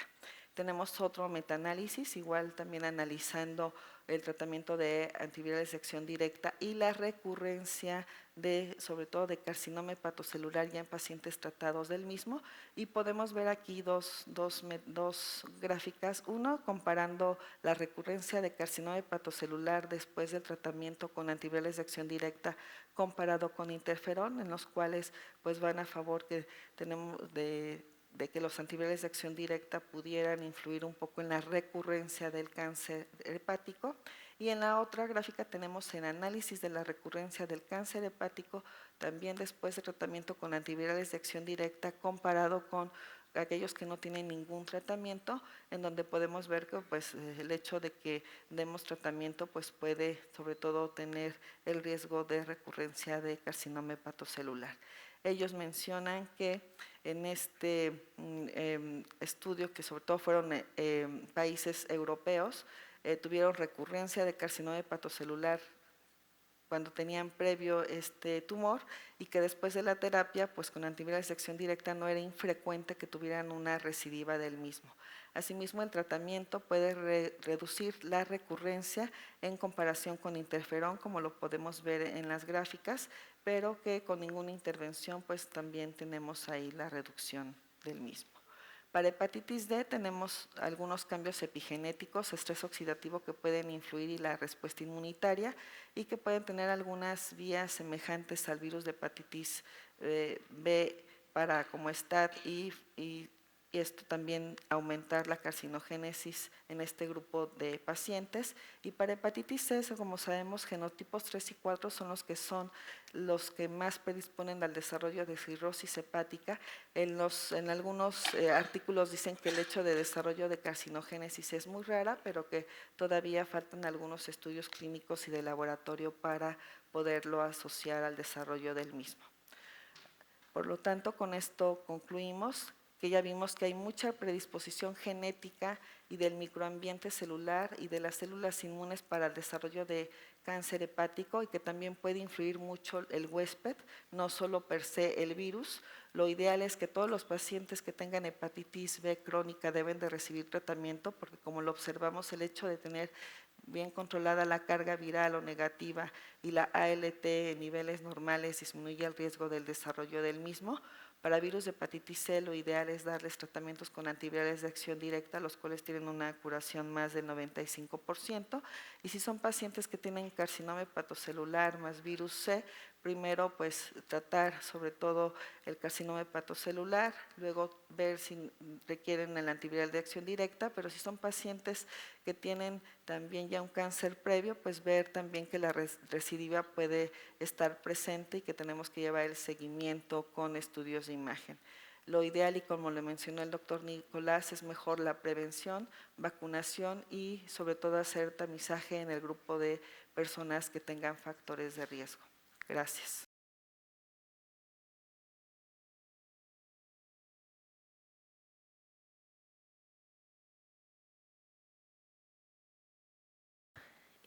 Primero mencionar, y se ha ido viendo en este curso, que la esteatosis hepática metabólica es una de las primeras causas de muerte en nuestro país, y esto va relacionado con otras enfermedades como las cardiovasculares, la diabetes mellitus y las neoplasias, porque la esteatosis hepática metabólica pues sabemos que es una enfermedad multisistémica.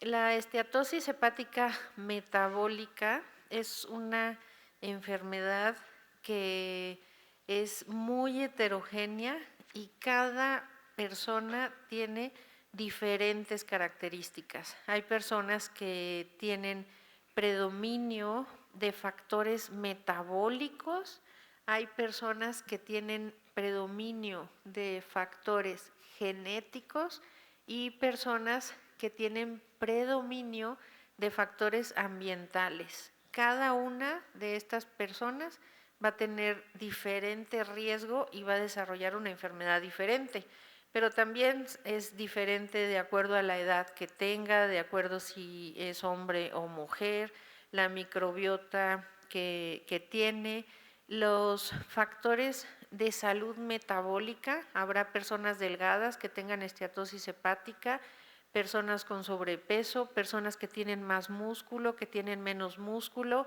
y que tienen diferente genética y diferente epigenética, y todo esto va a contribuir a que cada una de las personas tenga una historia natural variable.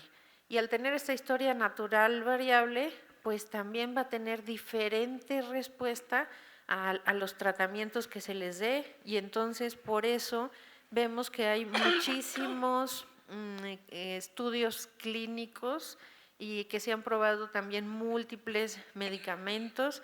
Cada uno tiene diferentes respuestas, muchos medicamentos no han tenido respuestas, pues es debido a esta heterogeneidad en donde tenemos que definir pues que habrá grupos de pacientes diferentes, tendrán que dividirse en subtipos y ver qué subtipo de estos pacientes responden cada uno a diferentes medicamentos, o bien hacer combinación de medicamentos y aparte de la alimentación y el ejercicio que ya nos mencionaron en esta mañana, pues un medicamento que actúe más en factores metabólicos o en factores genéticos o en los factores ambientales o en la microbiota que tenga cada uno de estos pacientes.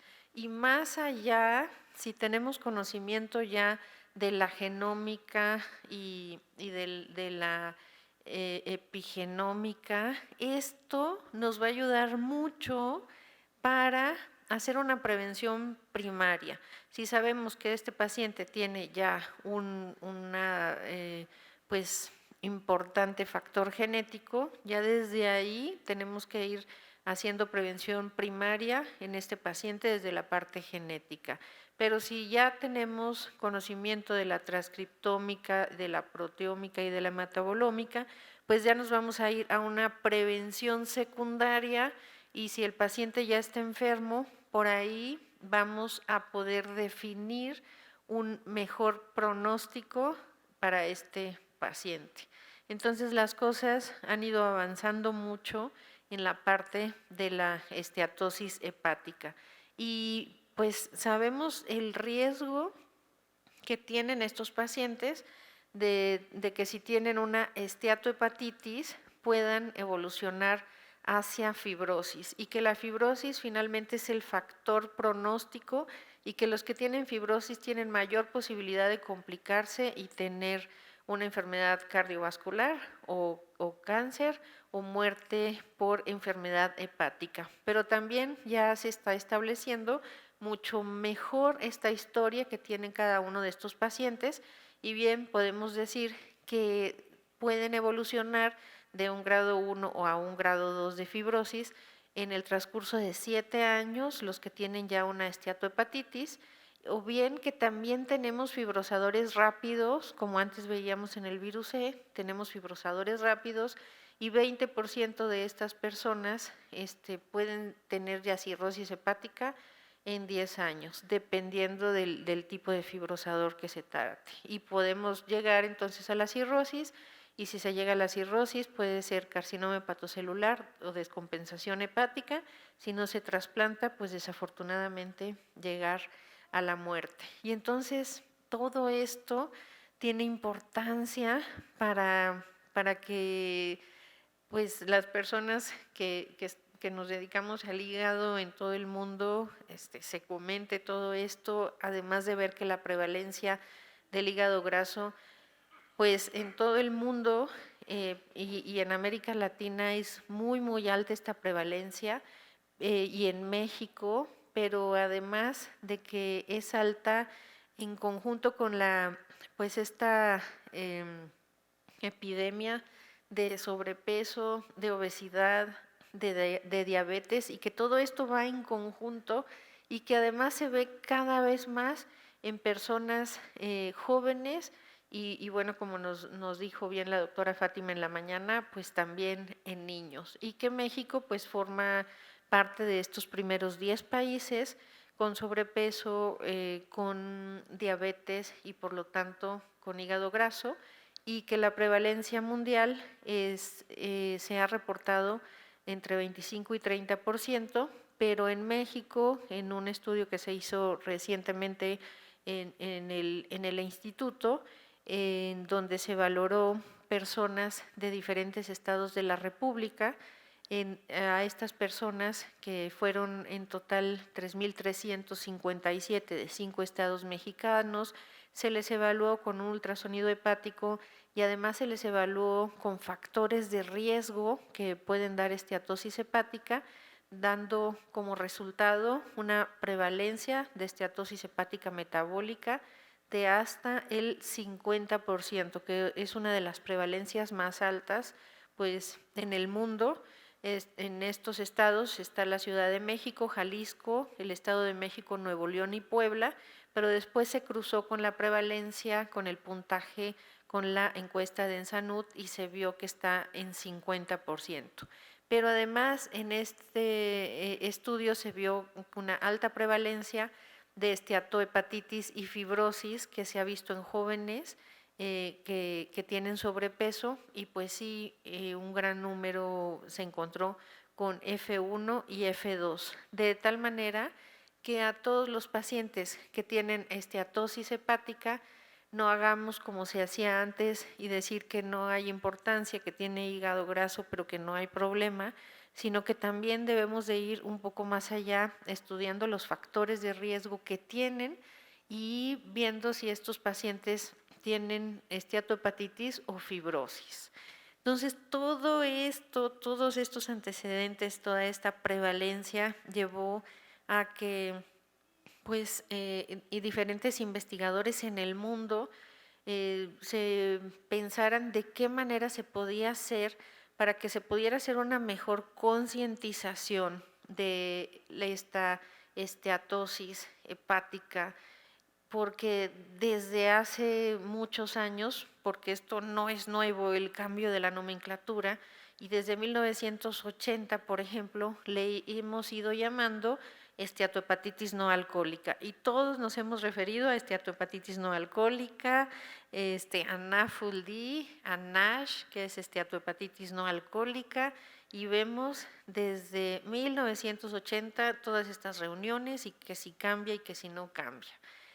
Pero hasta el 2020 esto se tomó ya como algo muy importante que nos pudiera ayudar no solamente a hacer si se hacía o no un cambio de nomenclatura, sino también que se considerara si esto nos podía ayudar a tener una mayor concientización en todas las personas, y además de esta mayor concientización, que estas personas no se sintieran estigmatizadas, que a lo mejor últimamente, como les decía el doctor Santoyo, es un poco de moda, pero creo que es importante que las personas no se sientan estigmatizadas al decir FATI, que en Norteamérica, pero ya en Estados Unidos y en Canadá se sienten las personas estigmatizadas porque es como gordo, y en México no nos sentíamos tan estigmatizados al decir FATI, pero en muchos países los pacientes sí se sienten estigmatizados. Entonces, en septiembre del 2020, o sea, ya son 3 años de que se estuvo trabajando en esto, bueno, casi 3 años, 2 copresidentes de la Asociación Americana para el Estudio del Hígado, uno y otro de la Asociación Europea para el Estudio del Hígado, invitaron en este caso a la Asociación Latinoamericana para el Estudio del Hígado, que en este caso me tocó representar, y convocaron a representantes de estas asociaciones, y además se convocó a representantes de otras organizaciones representadas de pacientes, por ejemplo, y de otras asociaciones que también forman parte de especialistas en hepatología y en gastroenterología, y se empezó a reunir todos estos investigadores, haciéndose 6 grupos de trabajo, y cada grupo de trabajo se designó un tema y se decidió trabajar con Delphi. Con Delphi, con encuestas, y cada uno de estas personas que formaban cada una de las mesas, se elaboraron las preguntas, y de estos 6 grupos de trabajo se desarrollaron 6 reuniones en el transcurso de estos 3 años. De estas reuniones fueron 4 por vía virtual, todavía estábamos en pandemia, pero pues reuniones que sí eran de 3 días y de trabajar todo el día en las virtuales, y se desarrollaron 2 presenciales. La primera presencial fue en el Liver Meeting la primera presencial fue en Chicago en el 2021, y después la segunda presencial en el Liver Meeting de Washington del 2022. Y se trabajaron muchos aspectos que veremos posteriormente, pero de los más importantes fue si el término de NAFLD, no alcohólico, era realmente algo correcto, pero lo que se consideró es que no alcohólico no captura la etiología de la enfermedad porque se está basando en algo negativo, es decir, no alcohólico es algo negativo. Y también se consideró que el término gordo es estigmatizante y que también es importante tomar en cuenta que hay personas que consumen más alcohol que otros y que es importante ver qué cantidad de alcohol consumen, como el caso de nuestra paciente que no consumía alcohol, hay otros que consumen mucho alcohol cada semana y otros que consumen poquito cada día, es importante también tener en cuenta. Y que además hay procesos superpuestos que no están reconocidos por esta nomenclatura, como algunas otras enfermedades. Después, en el término de MAFLD, que fue otro término que también se utilizó mucho, el término graso fue considerado estigmatizante. En la definición de MAFLD se consideraba tener 2 factores de riesgo metabólico y se consideró esto como una restricción a 2 factores de riesgo metabólico en la nueva nomenclatura. Con un factor de riesgo metabólico que se tenga más esteatosis hepática es considerado ya una esteatosis hepática metabólica, abriéndose así el número de pacientes que se puede detectar pues a un mayor número. Y además en la definición de MAFLD hay una permisibilidad más liberal en cuanto al alcohol, pero no existe realmente una clasificación. Al tener entonces que ni NAFLD ni MAFLD eran unas buenas nomenclaturas, hubo esta reunión con la ISLD, que es la americana, la europea y la Asociación Latinoamericana, y se invitó a asociaciones de hepatólogos, gastroenterólogos, pediatras, endocrinólogos, hepatopatólogos, expertos en salud pública y obesidad, también a colegas de la industria y agencias reguladoras, entre ellas la FDA y organizaciones de defensa de pacientes, para establecer si debería de haber o no este cambio de nomenclatura y estos criterios diagnósticos. Hubo el respaldo de todas estas asociaciones. Entre estas asociaciones que respaldaron se encuentra la Asociación Mexicana de Hepatología y la Asociación Mexicana de Gastroenterología. Todo este respaldo y también varios de los que estamos aquí asistiendo a este congreso tuvimos la oportunidad de participar en esta nomenclatura. Se generaron los paneles y las declaraciones. Dentro de todos los participantes, en total se tuvieron, entre todos los participantes, 8.210 publicaciones, y de estas publicaciones 3.586 de hígado graso, de personas muy expertas, y con casi 1 millón de citas de los artículos de estas personas que participaron, y con un índice de 74. Y se discutieron principalmente 5 áreas fundamentales, como cuáles son los problemas con la nomenclatura actual y si se pueden abordar, cuál es la importancia de la esteatohepatitis en la definición de la enfermedad, cómo tomar en cuenta el papel del alcohol, que es muy importante, y cómo podría afectar el cambio de nombre y la conciencia de la enfermedad, que eso es fundamental, y los ensayos clínicos y las vías de aprobación regulatorias. Esto fue algo que se discutió mucho, si el cambio de la nomenclatura iba a afectar los estudios clínicos que se estaban haciendo actualmente, o bien la aprobación regulatoria si se iba a detener. Afortunadamente las agencias reguladoras estuvieron a favor del cambio, que no iba a haber ningún problema con el cambio de la nomenclatura y que los estudios que se encontraban actualmente iban a seguir avanzando sin ningún problema. Y si podía un nombre alternativo reducir la heterogeneidad de la que hablamos al principio y permitir avances en el futuro.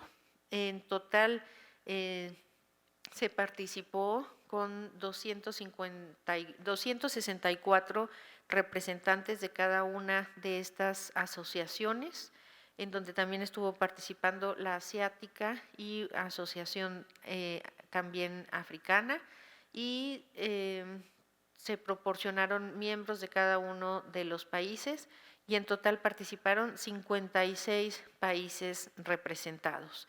Se definió como consenso una votación de supermayoría, 67%. Al tener 67% se tomaba como consenso.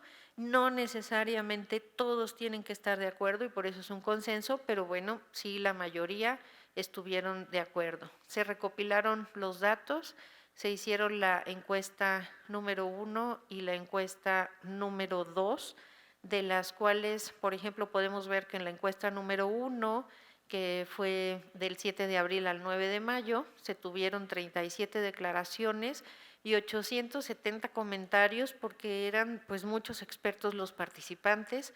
Se cambiaron los enunciados. En la encuesta número 2, que también fue virtual, quedaron 195 con 54 declaraciones y 1.370 comentarios, y todos estos comentarios se tenían que revisar. Después fue la reunión presencial en Chicago, la encuesta número 3, que fue también virtual, la número 4, que fue presencial ya en el Liber Meeting en Washington.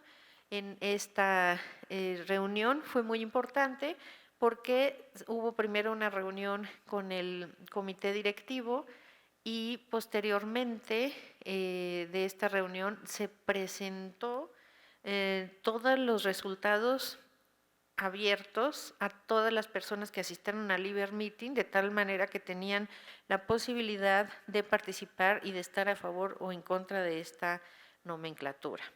Las características de las personas que participaron en este panel de Delphi, pues tuvimos a 158, pero 70% personas académicas. Más del 50% se dedicaban a la investigación clínica, 82% hepatólogos, el 30% personas, bueno, de la atención clínica relacionada con esteatosis hepática.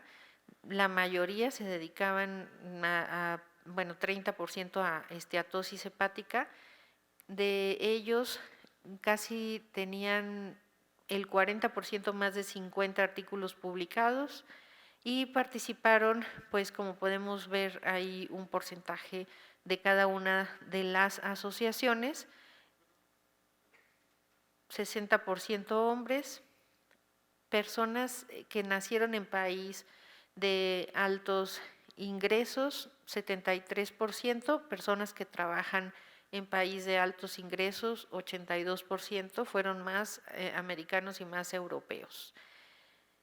En cuanto al deseo un cambio en el nombre y el papel del estigma, podemos tener que se tuvo consenso. 74% consideró que los nombres actuales de NAFLD y NASH eran lo suficientemente defectuosos como para considerar un cambio de nombre, y los términos no alcohólico y gordo fueron considerados estigmatizantes por 61 y 66%, de tal manera que 89% prefirieron una nomenclatura que describiera la causa subyacente de la enfermedad, tomar en cuenta la parte metabólica, que finalmente es quien da la enfermedad de la esteatosis hepática.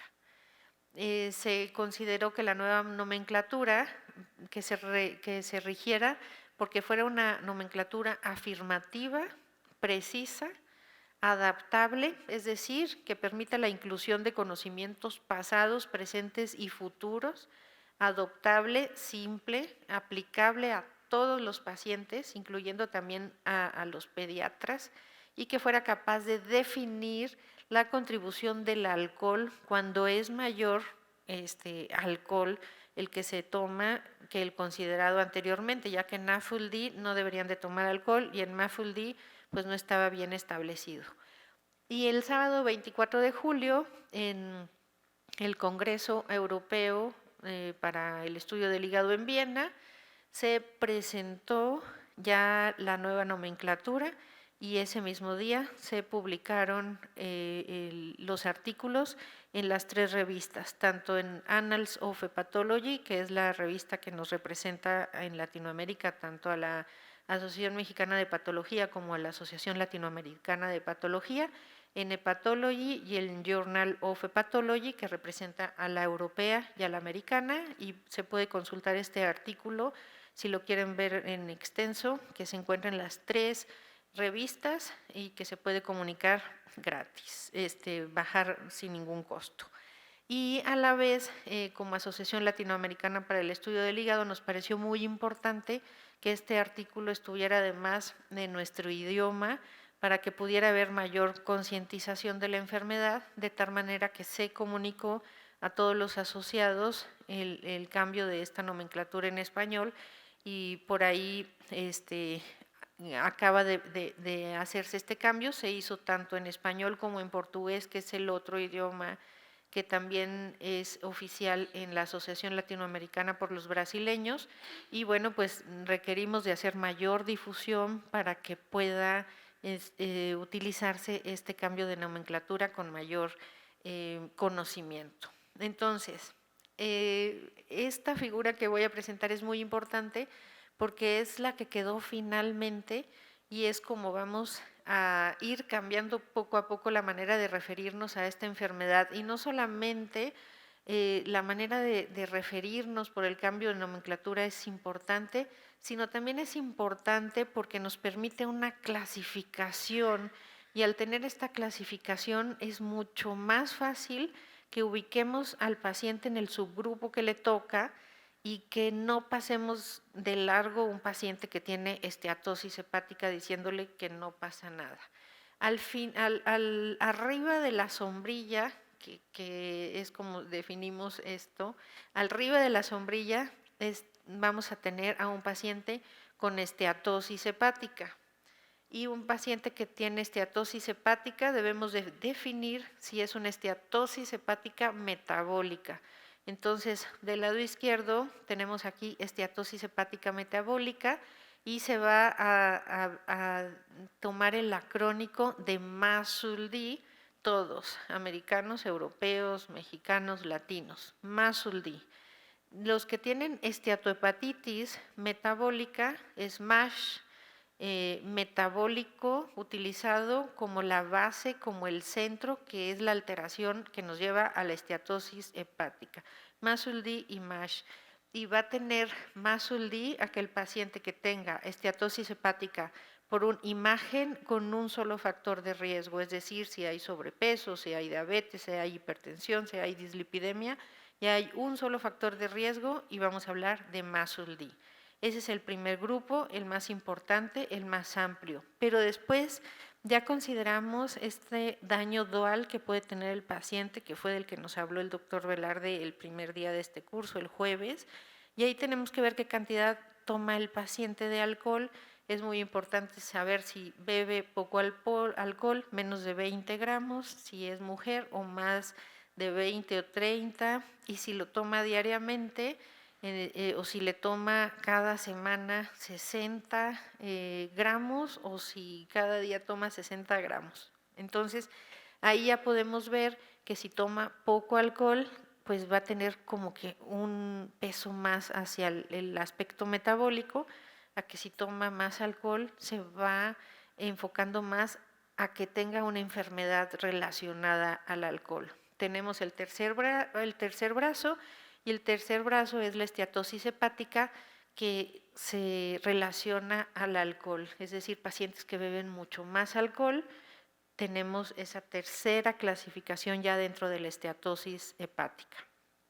Pero también tenemos personas que no tienen factores de metabólicos ni beben alcohol, y son otras etiologías que también nos dan esteatosis hepática, como por ejemplo la inducida por medicamentos, las enfermedades monogenéticas como por ejemplo la deficiencia de lipasa ácida lisosomal, la hipobeta-lipoproteinemia, y los misceláneos. Entonces ahí ya vamos viendo que esta esteatosis hepática también puede tener causas que van a quedar como criptogénicas, y en algunos años y en algún momento vamos a encontrar algunas otras etiologías. Entonces, esta es la figura final.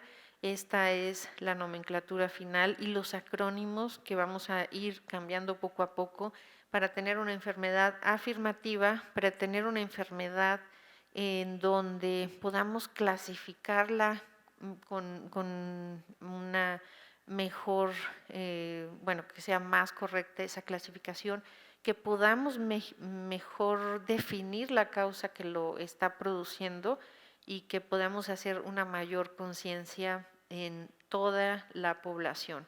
Entonces, nos vamos a quedar con aquella nomenclatura que ahora ya podemos ver que en los nuevos artículos se está mencionando como MASLD, o por ejemplo en el nuevo libro de llamada, ya el capítulo que viene en este libro ya se refiere a esta nueva nomenclatura como MASLD o bien como MASH.